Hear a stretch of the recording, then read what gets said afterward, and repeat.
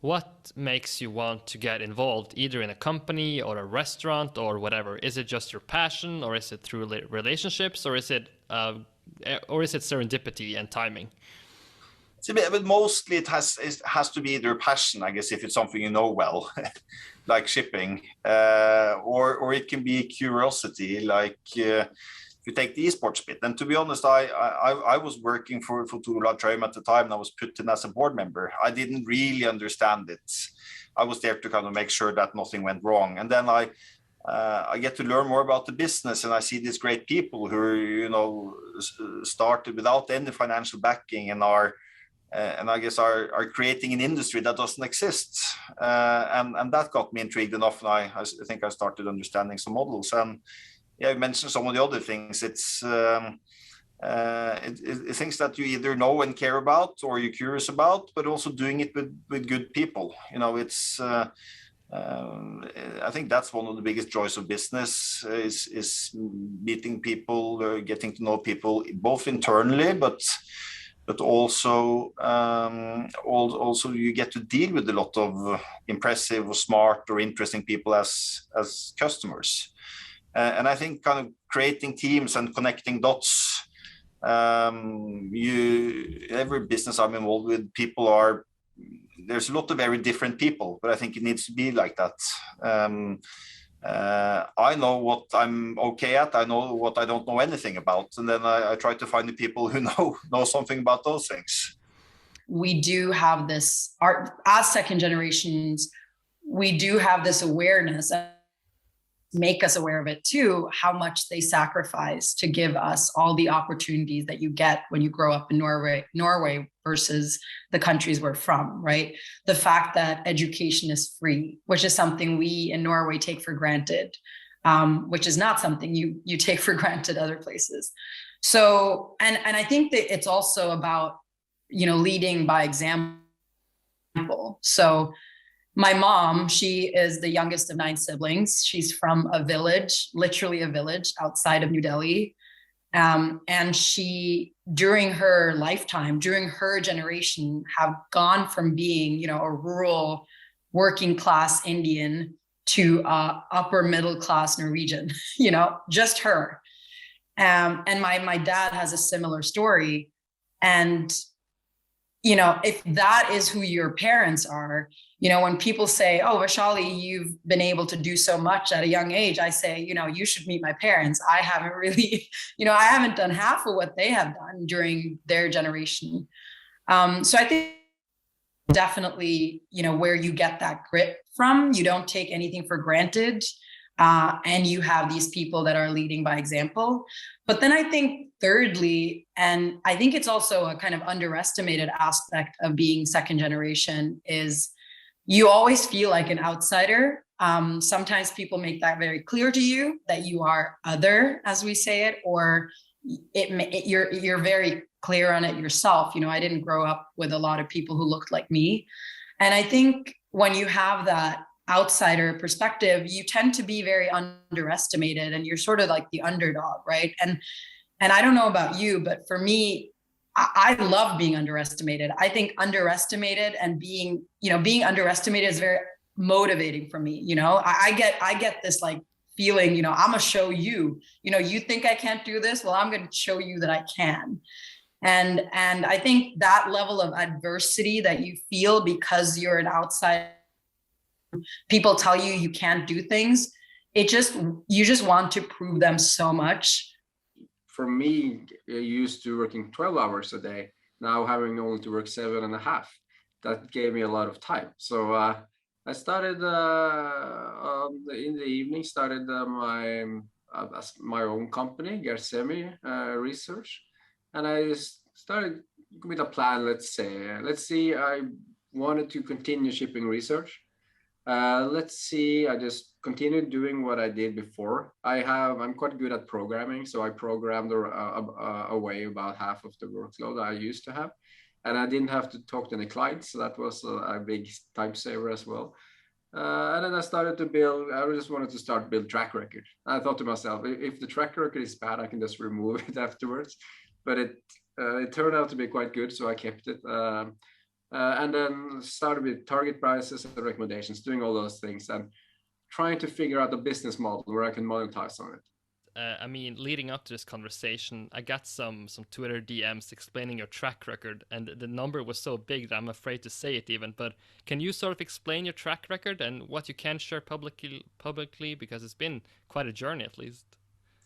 Yeah, so I've been active on the stock market for 15 or 16 years, and I'm super proud of what I've been able to achieve, and I think the way to do that is that I did a lot of mistakes the first years, so there I was probably just lucky. I started in a really good period 2005-2006, when it's never easy, but it was easier then. So I did a lot of really bad calls, and I got awarded for them anyways. So I was lucky in terms of timing, but I did a lot of mistakes, and I think that I learned from some of them. And then I think I pretty early on found my strategy, and I was able to stick to it. So I started off by being more active, more of a trader. I could have just a position over 1 day or 2 days, but really early on I started to understand, for me, swing trading is the thing. So for between year 3 and 10 or so, I had like 2 or 3 core positions that I held for maybe 12 to 24 months, and then I had swing positions for 3 to 6 months or 1 to 3 months sometimes. And that's evolved to the strategy I have today, where I only have core holdings that I hold for 12 to 36 months.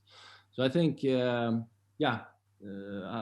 I've spent a lot of time reading press releases, company reports, and I stuck to my strategy. So I think that would be the best explanation on how I succeeded fairly well the last couple of years. Just the last theme that I wanted to briefly discuss is your passion for social entrepreneurs and the foundation you have. Can you quickly explain the reason why you got involved in that, and also the projects you have helped funded, and the impact of that? Yeah. Well, first of all, I think that when you are spoiled, and I'm spoiled by life, to be honest. I mean, I was very lucky. First of all, my fantastic parents. They were not the wealthiest people on the planet, but they gave me much more than money, of course. I had a very good education, and that's because in Belgium you have access. Everybody has access to very good education, very good healthcare system. At some point, and I did that early on in my life, you need to give back. You absolutely need to give back. You need to realize that your position is a privileged one, and there are many people suffering from not being able to enjoy what you enjoy. So for me, it's very natural. That's the way I was educated, and I think that I will continue, maybe probably increase my involvement as I get older.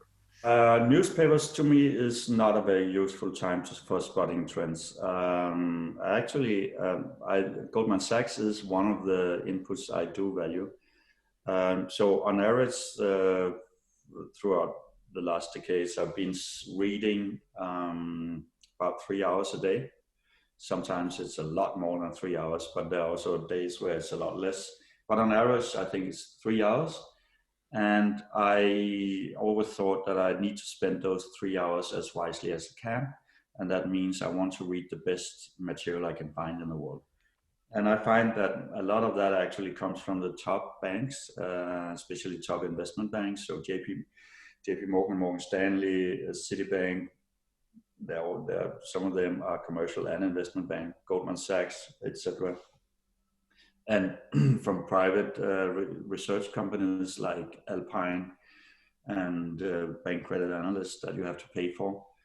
And so they have top analysts, people with IQ 140 to 155 plus. You know, Mensa, they make a cut off at 155. You don't know if you get a certificate from Mensa, it just says you are 155. But anyways, it's these kind of people, they make this kind of research. It's incredibly high caliber. I read it, and I have the attitude that in terms of analyzing what goes on and is likely to go on in the world, I don't have to come up with any ideas at all of my own. So I do come up with ideas and insights of my own, but I don't have to, because if I listen to the smartest guys in the world and girls, that will give me the excellent input. Obviously, there are many things. Of course, you need to reach a certain size where you can carry your own costs. I think that's almost like the hardest thing, is like to get your first and your second employee. That's, in my opinion, I think companies that have like reached like 5 employees are the heroes. It's so much work until you reach that level. But if you look from a strategic perspective, I think one thing that we agreed on was like have a clear path. Where do we want to be?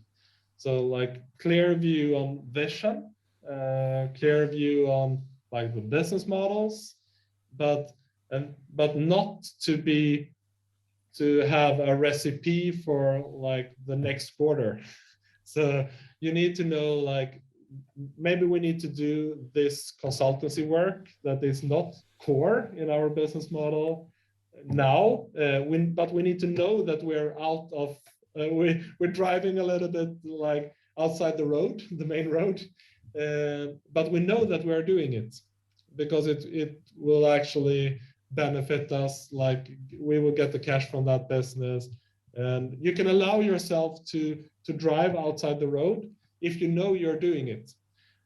But most if I look at many companies that I've like helped in different ways, they like change their whole like business ID twice a year, and I think that's really tough.